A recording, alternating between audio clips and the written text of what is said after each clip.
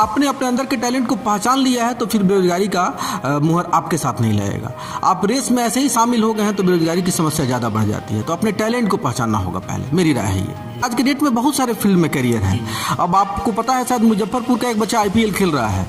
हमारे यहाँ आसपास का बच्चा, मुजफ्फरपुर हमारा लगता है कि जस्ट बगल का है, पड़ोस का बच्चा IPL खेल रहा है, तो करियर है उसका। अगर उसने क्रिकेट को अपना करियर बना लिया, उसने एथलीट को करियर बना लिया, उसने सिंगिंग करियर बना लिया, तो उसमें बेहतर कर सकता है। एक टाइम था जब 70% वाले बच्चे अपने आप को बेहतर समझते थे। आज 97% लाने के बाद भी बच्चे सेफ नहीं हैं। खेल ऐसा नहीं कि छोड़ा जा सकता है। खेल जीवन का एक हिस्सा है, मनोरंजन हिस्सा है। 24 घंटे पढ़ा नहीं जा सकता है, किताबी कीड़ा बन जाएगा बच्चा। मैं हूं जितेश कुमार और आप देख रहे हैं प्रिंसिपल ऑफ न्यूज। देश में कोरोना का जो संकट है एक बार फिर से लगातार बढ़ने लगा है, जो कि कोरोना का जो दूसरा रूप है वो काफ़ी ज़्यादा खतरनाक है, जिसके बाद बिहार में भी जितने भी शैक्षणिक संस्थान है सभी को जो कि बंद कर दिया गया है और जितने भी जो बच्चे हैं वो घर से ही पढ़ाई कर रहे हैं। तो चलिए इसी के बारे में खास बातचीत के लिए हमारे साथ चंपारण के जाने माने R कुमार सर जी जो कि हमारे साथ है। और काफ़ी मुझे अच्छा लग रहा है कि जिस सर की क्लास में मैंने पढ़ाई किया है आज सर से बात करने का मौका मिला है। सबसे पहले बहुत बहुत स्वागत है सर आपका। बहुत बहुत धन्यवाद और आपके सारे व्यूअर्स को बहुत बहुत नमस्कार। सर इस समय जो कि जितने भी बच्चे वो घर पर हैं तो मतलब किस तरह से उनको पढ़ाई करना चाहिए? सबसे पहले आप लोगों की इजाज़त हो तो मास्क निकाल लें। जी जी जी बिल्कुल। जी सर। नीचे कर लेते हैं। जी सर। थोड़ा सा आवाज़ क्लियर आ जाएगा।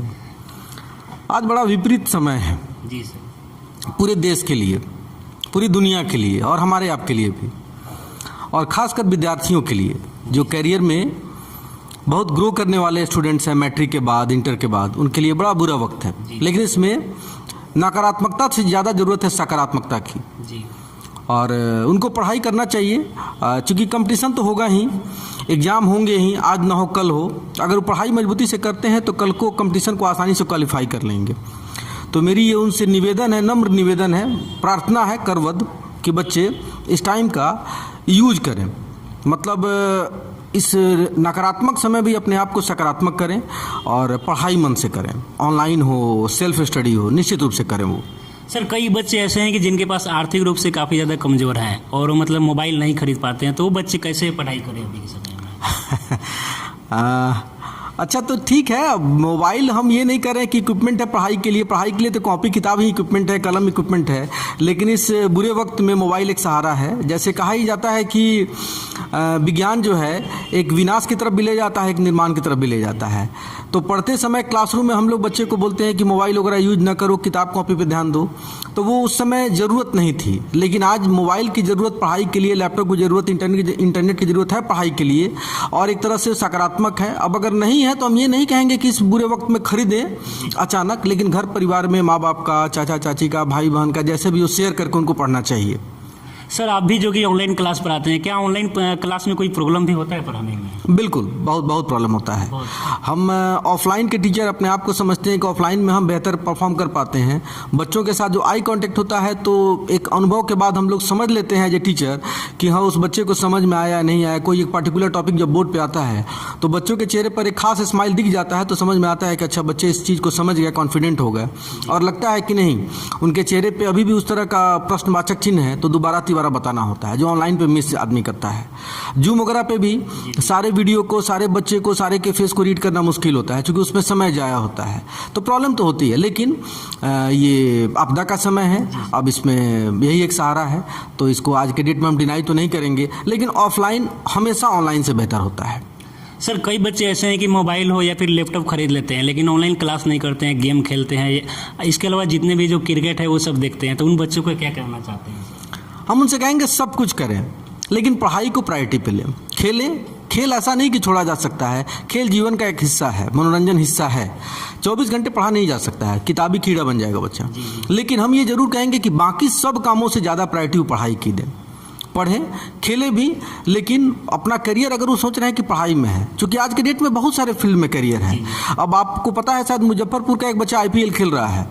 हमारे यहाँ आसपास का बच्चा, मुजफ्फरपुर हमारा लगता है कि जस्ट बगल का है, पड़ोस का बच्चा IPL खेल रहा है, तो करियर है उसका। अगर उसने क्रिकेट को अपना करियर बना लिया, उसने एथलीट को करियर बना लिया, उसने सिंगिंग करियर बना लिया, तो उसमें बेहतर कर सकता है। लेकिन उसको लगता है कि पढ़ाई में करियर बनाना है, तो सब कामों से ज़्यादा प्रायोरिटी वो पढ़ाई पे दे। ये मेरी राय है कि पढ़ाई को अगर करियर बनाया है तो पढ़ाई पे उसको ज़्यादा जागरूकता दिखानी होगी। सर इस समय जो कि जितने भी बच्चे वो घर पे पढ़ाई कर रहे हैं, तो जब वो नर्वस हो जाए तो उस समय उनको क्या करना चाहिए अभी के समय में? नहीं, पढ़ाई नर्वस नहीं कर सकता है। पढ़ाई जो होती है जीवन में, अगर आपके अंदर इच्छा शक्ति जाग गई तो एक आग सी लग जाती है मन में कि हमको ये करना है। अब उसमें पता चलता है कि 24 घंटा भी उस बच्चों के लिए कम पड़ने लगता है। हाँ, अगर पढ़ाई के प्रति मोटिवेटेड नहीं हो तो बैठने के बाद वो नर्वस हो सकता है, लेकिन अभी तो उसका करियर शुरू हुआ है। खासकर जिस बच्चे की हम बात करें, इंटरमीडिएट के स्टूडेंट हैं, मैट्रिकुलेशन पास स्टूडेंट हैं, तो उनका तो करियर शुरू हुआ है। अभी तो उनको नर्वस होने की ज़रूरत नहीं है। नर्वस वो लोग हो सकते हैं जो थोड़ा सा बुरे वक्त से गुजर रहे हैं, जिनका एज एक्सपायर हो रहा है, नौकरी छूट रही है या लास्ट टाइम बचा हुआ है, तो वो नर्वस हो सकते हैं और उनके लिए हम अलग बात करेंगे। लेकिन हम इनके लिए बात करें कि मैट्रिक इंटरमीडिएट के बच्चे हैं, वो अपने करियर के प्रति जिम्मेवार हैं, तो उनको नर्वस होने की जरूरत नहीं है। पढ़ाई करो, पढ़ाई के लिए समय कभी ज़्यादा नहीं होता है। टारगेट आपका बड़ा है तो पढ़ाई के लिए हमेशा समय कम पड़ जाता है। सर, अभी के समय में बच्चों को कितने घंटे पढ़ना चाहिए पूरे दिन में लगभग? एक रूटीन एक रूटीन होना चाहिए। वो कितना देर पढ़ सकते हैं, सहजता से कितना देर पढ़ सकते हैं। और हमको लगता है कि साइंस के स्टूडेंट को कम से कम 6-7 घंटा तो पढ़ना चाहिए, सेल्फ स्टडी करना चाहिए। 6-7 घंटे अगर साइंस का स्टूडेंट नहीं पढ़ता है तो करियर में आज जो कंपटीशन का दौर है, आप लोग देखे होंगे, अभी जेईई मेन का जो रिजल्ट आता है, 97% से कम वाले को तो जेईई मेन तक नहीं मिलता है। तो 97 के बाद 3% में ही तो कंपटीशन है। 97 के बाद मात्र 3% में कंपटीशन है जो बेहतर बच्चे हैं। बाकी जो पीछे छूट जाते हैं 95% तो कंपटीशन से बाहर हो गया, वो बेहतर है। 97% लाने वाला बच्चा टीचर से बेहतर हो सकता है या पैरेलल टू टीचर हो सकता है, लेकिन वो कंपटीशन से बाहर है। तो इसका मतलब कि 97 के बाद कंपटीशन का आलम है, जो बेरोजगारी का हिस्सा है, आलम है। इसमें कंपटीशन में अपने आप को रेस में शामिल करने के लिए उसको बहुत मेहनत की ज़रूरत है। एक टाइम था जब 70% वाले बच्चे अपने आप को बेहतर समझते थे, आज 97% लाने के बाद भी बच्चे सेफ नहीं हैं। तो इसका मतलब कि उसको पढ़ाई में अपना तन मन धन सब कुछ समर्पित कर देने की जरूरत है। सर, बेरोजगारी जो कि हमारे बिहार में सबसे बड़ा मुद्दा है और कई बच्चे जो कि इस समय बैठे भी हुए हैं, उनको किस तरह से पढ़ाई करना चाहिए जो कि सब चीज़ बंद है? हाँ, बात तो सही है कि बेरोजगारी बड़ा एक मुद्दा है, लेकिन इसके लिए अगर पढ़ाई आपने बेहतर ढंग से किया है, करते हैं, तो कभी बेरोजगार नहीं रह सकते हैं। लेकिन बेरोजगारी में सबसे पहले ज़रूरत है कि आप अपनी इच्छा शक्ति को पहचानिए, अपनी ज़रूरत को समझिए और अपने अंदर के टैलेंट को समझिए। हमारी बातचीत कभी भी किसी व्यक्ति से होती है तो हमको लगता है कि उसके अंदर का अगर टैलेंट वो पहचान लिया तो फिर बेहतर कर लेता है। जैसे आपकी बात अगर हम करें तो आप इंटरमीडिएट साइंस के स्टूडेंट हैं, आपको लगा कि भाई हम टेक्निकल फील्ड में जा सकते थे, हम एक टेक्नोक्रेट हो सकते थे, इंजीनियर हो सकते थे। अगर बायोलॉजी के स्टूडेंट हैं तो मेडिकल फील्ड में आप जा सकते थे, लेकिन ऐसा ना करके आपने अगर मीडिया को चुना है, अपने जॉब को या अपने करियर को आपने चुन लिया है कि भाई हमको पत्रकारिता करनी है, तो आप इसमें बेहतर कर रहे हैं। तो और बेहतर करेंगे, आप भारत के दुनिया के शीर्ष पत्रकारों में से हो सकते हैं। तो आपने अपने अंदर के टैलेंट को पहचान लिया है तो फिर बेरोजगारी का मुहर आपके साथ नहीं लगेगा। आप रेस में ऐसे ही शामिल हो गए हैं तो बेरोजगारी की समस्या ज़्यादा बढ़ जाती है। तो अपने टैलेंट को पहचानना होगा पहले, मेरी राय है ये। यानी कि पहले ही सोच लेना होगा, डिसाइड कर लेना होगा कि बच्चे को जो आगे क्या करना है क्या नहीं। बहुत सारे जो बच्चे हैं पढ़ाई को चुन लेते हैं लेकिन वो दूसरे क्षेत्र को जो कि सर ज़्यादा मतलब चाहते हैं। हाँ, ये हमारे यहाँ मैक्सिमम बच्चे, चूँकि उनके पास मेंटर की शुरुआत में कमी होती है या किसी और से मोटिवेट नहीं होते हैं, वो युवा समझते हैं कि अच्छा मैट्रिक करेंगे तो सोचेंगे, इंटर करेंगे तो सोचेंगे, तो दिक्कत होती है। आज कन्फाइंड होने की ज़रूरत है। क्लास 8 से बच्चे को कन्फाइंड हो जाना है कि हम क्या करना है, हमें क्या करना है। फाउंडेशन क्लासेज जो होते हैं मेडिकल के लिए, इंजीनियरिंग के लिए, आज 8 से क्यों शुरू हो रहा है? क्योंकि बच्चे को पता है कि 8th क्लास का बच्चा बताता है कि हमको IIT करना है, 8th क्लास का बच्चा बताता है हमको मेडिकल करना है, हमको MBBS करना है, हमको डॉक्टर बनना है।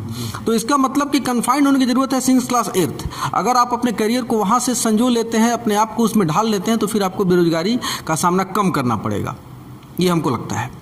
सर, जैसा आप ऑफलाइन में पढ़ा रहे थे, क्या आपको ऑनलाइन सर ज़्यादा बेहतर लगता है कि ऑफलाइन? नहीं, हमको तो ज़्यादा ऑफलाइन बेहतर लगता है। हम बच्चों के साथ बैठकर बच्चों के साथ बात करके पढ़ाने में ज़्यादा अपने आप को कंफर्टेबल फील करते हैं। लेकिन मजबूरी में अब क्या करें, बच्चों को छोड़ दिया जाए, सिलेबस उनका पीछे छोड़ दिया जाए। अब लास्ट ईयर भी कोरोना था 2020 में, लगभग 70% सिलेबस हमने ऑनलाइन कंप्लीट किया। मोर देन 60% तो जरूर कहेंगे कि हमने ऑनलाइन कंप्लीट किया। इस बार भी वही आलम है। तो ऑनलाइन तो बेहतर हमारे हिसाब, अब हम इसका डिनाई तो नहीं करेंगे, अपना अपना मंतव्य है। मेरी अपनी राय है कि हम फील करते हैं कि बच्चों के सामने उनसे बात करके उनको समझ बूझ के पढ़ाना ज़्यादा बढ़िया होता है ऑनलाइन की अपेक्षा। लेकिन आज उसकी बराबरी नहीं कर सकते हैं, लेकिन फिर भी पढ़ा रहे हैं। सर, पिछला साल जो कि पूरी तरीके से कोरोना से जो कि भरा रहा, पूरी सिलेबस जो कि मतलब कैसे मतलब उसको मैनेज किया आप लोग सर? उस समय जो कि बच्चे 100% तो हमने मतलब बच्चे को अपना नहीं दे पाया। हमारा जो 100% आउटपुट था हम बच्चे को नहीं दे पाया, उनका 100% आउटपुट हम समझ भी नहीं पाए। लास्ट में हमसे बच्चे 1-2 महीने के लिए रूबरू हुए, तो जो ऑनलाइन पढ़े थे वही आलम था कि हम उनको देखे नहीं कि वो पढ़ रहे हैं, होमवर्क कर रहे हैं कि नहीं, पढ़ाई के समय वो पढ़ाई कर रहे हैं कि नहीं, ऑनलाइन सिर्फ ऐड हो गए हैं लेकिन वो स्क्रीन पर या बोर्ड पर ध्यान दे रहे हैं कि नहीं, तो पता नहीं चल पाया। तो सो ऑनलाइन में हम 100% पिछले साल अपने आप को दे नहीं पाए, लेकिन फिर भी बच्चों का रिजल्ट बेहतर रहा, जिसका मतलब देखने के बाद, जिस रिजल्ट को देखने के बाद मायूसी कम हुई और अच्छा लगा कि बच्चे उस मतलब आपदा में भी अवसर ढूंढे और 95% प्लस स्कोर करने वाले बच्चों से मुलाकात हुई केमिस्ट्री। सर कोरोना के जो केसेस है एक बार फिर से बढ़ने लगे हैं बिहार में। बहुत सारे लोग सर ऐसे दिखाई दे रहे हैं कि मतलब मास्क नहीं लगा रहे हैं या फिर कोरोना के जो नियम है उसका पालन नहीं कर रहे हैं। उन लोगों को क्या संदेश देना चाहते हैं?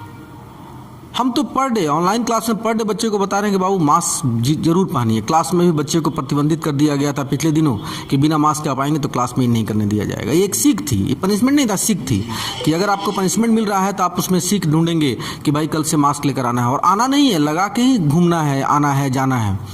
मास्क एक आपका बचाव है, एक ढाल है। अगर आप उसको लगाते हैं तो इसका मतलब कि ऐसा नहीं होगा कि हम कह रहे हैं कि कोरोना नहीं होगा, लेकिन संक्रमण से बचाव ज़्यादातर हो सकता है। हाथ धोना है, जो सरकार का गाइडलाइन है, जो सारे बच्चे समझ रहे हैं।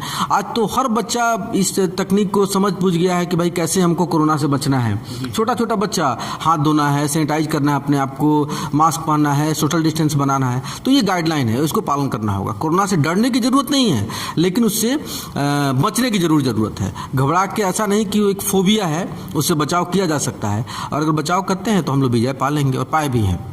छोटे बच्चे जो कि सर ऑनलाइन क्लास नहीं कर पाते हैं तो उनको किस तरह से पढ़ाई करना चाहिए? छोटे बच्चों के लिए तो ऑनलाइन हमको लगता है कि बहुत रुचिकर नहीं है उनको। मेरे घर में मेरी बेटी है, उसको जब मोबाइल फ़ोन मिलता है ऑनलाइन क्लास के लिए तो उसमें वो गेम ढूंढने लगती है, तो उसको बहुत कंपेल्ड आप नहीं कर सकते हैं, लेकिन फिर भी समझा बुझा के उसको अब बताया जा सकता है। बच्चे तो 2 साल से स्कूल का मुंह नहीं देखे, छोटे बच्चे खासकर। लास्ट ईयर स्कूल खुला भी लास्ट में तो उनको जाने नहीं दिया गया, और फिर इस बार शुरुआत हुआ तो उनको जाने नहीं दिया जाएगा। तो उनको अब उसी तरह से मतलब समझा बुझा के गार्जियन, पेरेंट, ग्रैंड पेरेंट, घर में जो भी हैं, माँ बाप, दादा दादी, उनको पढ़ाए लिखाएं। ऑनलाइन पे बहुत फोकस नहीं कर सकते हैं, लेकिन फिर भी जितना हो सके ऑनलाइन उनको सिखाना होगा धीरे धीरे।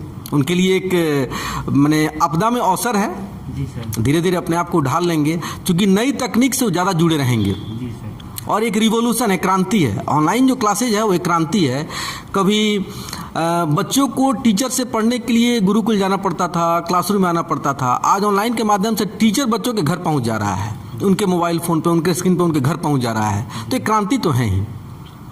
फिर जिस तरह से जो कि कोरोना के जो केसेस लगातार बढ़ते जा रहे हैं, तो क्या आपको लगता है कि आने वाले समय में ज़्यादा डिपेंड जो कि ऑनलाइन पे ही बच्चों को रहना होगा? हाँ हाँ हाँ हाँ हाँ, ये पूरी दुनिया के लिए एक सीख हो सकती है कि अब चीज़ों को धीरे धीरे ऑनलाइन में कन्वर्ट कर दिया गया। ऑनलाइन बैंकिंग, आपको बैंक जाने की ज़रूरत नहीं है, विड्रॉल, डिपॉजिट घर पे हो जा रहा है। मेट्रोज में, हमारे यहाँ तो अभी ये नहीं हो पा रहा है, मेट्रोज में हो जा रहा है। ऑनलाइन स्टडी, मतलब वर्क फ्रॉम होम, तो अपने आप को ऑनलाइन के मतलब कंसर्न में डालना होगा, और इसी से आप पब्लिक से डिस्टेंस बना सकते हैं, सोशल डिस्टेंस बना सकते हैं, और इस महामारी से बच सकते हैं। और आने वाले दिनों में इसका संक्रमण कब तक रहेगा ये नहीं कहा जा सकता है, क्योंकि वैक्सीन भी जो है वो 1 साल के लिए वैलिड है। ऐसा होता है कि इस वैक्सीन को ले लिया जाए तो पूरे जीवन कोरोना नहीं होगा, ऐसा नहीं। 1 साल की उसकी वैलिडिटी है। तो अगर अगले साल संक्रमण बढ़ता है तो फिर उसके लिए परहेज ही ना माध्यम है, तो परहेज ऑनलाइन से हो सकता है। कई सालों से सर जो कि आप मोतिहारी में पढ़ा रहे हैं, चाहेंगे कि हम इसके बारे में कुछ बताएं जो भी लोग देख रहे हैं? तो पढ़ा मतलब हमको लगता है कि पूरा जीवन इसी के लिए समर्पित है। पढ़ा रहे हैं और बच्चों का समर्थन हर साल पहले से बेहतर लग रहा है, इसलिए बच्चे पसंद कर रहे हैं और वो काम दे रहे हैं तो हम काम कर ले रहे हैं। अगर बच्चे आना बंद कर देंगे, इसका मतलब हमको लगेगा कि मेरे में कमियां हैं, तो फिर छोड़ देना होगा। तो बच्चों का समर्थन और पुरजोर एक मतलब सबल प्रयास है, और इसके बाद पढ़ाने में मज़ा आ रहा है, और यह मेरा काम अब तो लगता है कि पूरे जीवन इसी पे समर्पित है। अभी तक सर लगभग कितने बच्चे को आप पढ़ा चुके होंगे? ये एक परिवार है और इसकी गिनती तो नहीं हो सकती है, लेकिन हाँ एक बड़ा परिवार है। अच्छा लगता है, कुछ 1000 बच्चे ज़रूर पढ़े हुए हैं और अच्छे पोस्ट पे हैं, अपने आप को मजबूती से पैरों पर खड़े हैं, अपने पैरों पर मजबूती से खड़े हैं। तो देखकर सुनकर उनके बारे में जानकर अच्छा लगता है। लास्ट सवाल सर मेरा यह है आपसे कि कई सारे जो कि बच्चे ग्रेजुएशन करते हैं आगे चलकर, या फिर 12th करने के बाद मतलब चिंतित हो जाते हैं कि आगे क्या कुछ करें नहीं करें, इस पर हम चाहेंगे मोटिवेट कुछ। वही हम बताए हैं कि पहले उनको अपने आप को जज करना होगा कि उनको करना क्या है। अब सपोज कीजिए कि आप एक बस स्टैंड पे चले जाएं और वहाँ पे जाके आप बोलें कि हमको जाना है। अब आपसे पूछे बस का कंडक्टर ड्राइवर कि कहाँ जाना है, तो आप बोले पता नहीं, तो फिर कहाँ ले जाएगा आपको? किसी बस में बैठा देगा, चलिए जब घूमने आए तो किसी बस में घूम के चले जाते हैं, लेकिन आपको बताना होगा कहाँ जाना है। तो फिर हो सकता है कि या तो उस बस के सहायता से आप कहीं जा सकते हो, या फिर वो बताएगा कि नहीं फलाना बस से आप चढ़े, वो आपको आपके मंजिल तक ले जाएगा। तो मंजिल तो आपको बतानी होगी, बच्चे को बतानी होगी मंजिल। उसके मुताबिक रास्ता बताने के लिए टीचर है, मेंटर है, उनको जिसको आप मेंटर समझते हैं, बच्चे जिनको मेंटर समझते हैं, उनके गार्जियन हो सकते हैं, उनके पड़ोसी हो सकते हैं, उनके रिलेटिव हो सकते हैं, टीचर भी हो सकते हैं और हम भी हो सकते हैं। तो पहले उनको अपनी मंजिल तलाशनी होगी, उनको करना क्या है, उसके हिसाब से उनको रास्ता बताया जा सकता है। बहुत बहुत धन्यवाद सर बातचीत करने के लिए। अरे आप लोगों का आभार है, आप इस लायक हमको समझे कि 2 मिनट हमसे बातचीत की जाए। बहुत बहुत धन्यवाद, थैंक यू। तो जैसा कि हमारे साथ जो कि बात कर रहे थे, जो कि सर चंपारण के मोतिहारी में पढ़ाते हैं, जिनका नाम है रवि सर। उम्मीद करते हैं कि आपको ये वीडियो पसंद आया होगा। कैमरामैन भैया जी के साथ मैं जितेश कुमार, बने रहें प्रिंसिपल ऑफ न्यूज़ के साथ।